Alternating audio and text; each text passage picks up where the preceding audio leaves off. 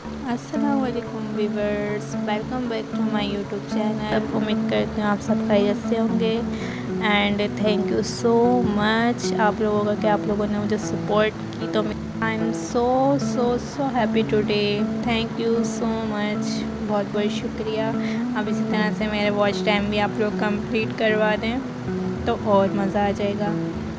And thank you so much YouTube.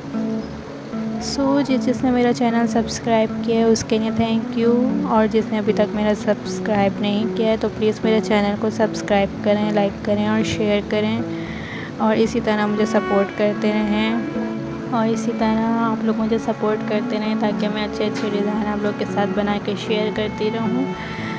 और आप लोग मुझे कमेंट्स करके बताइएगा ये मेरा डिज़ाइन कैसा लग रहा है, जो मैं बस अपने माइंड से बना रही हूँ। सोचा था कुछ और लेकिन बन कुछ और गया। तो यही है ना कि आर्टिस्ट के पास तो कुछ ना कुछ होता है कि दिमाग चलता रहता है और कुछ ना कुछ बनाते रहते हैं। वरना मैंने सिंपल सा सोचा था thank you so much YouTuber, इस तरह का कुछ लिखने का सोचा था। फिर मैंने थोड़ा सा डिज़ाइनिंग कर दी इसमें, क्योंकि माइंड चलता रहता है मेरा। तो बस ये कंप्लीट होने वाला है। अब आप देखें मेरा ये फ़ाइनल लुक।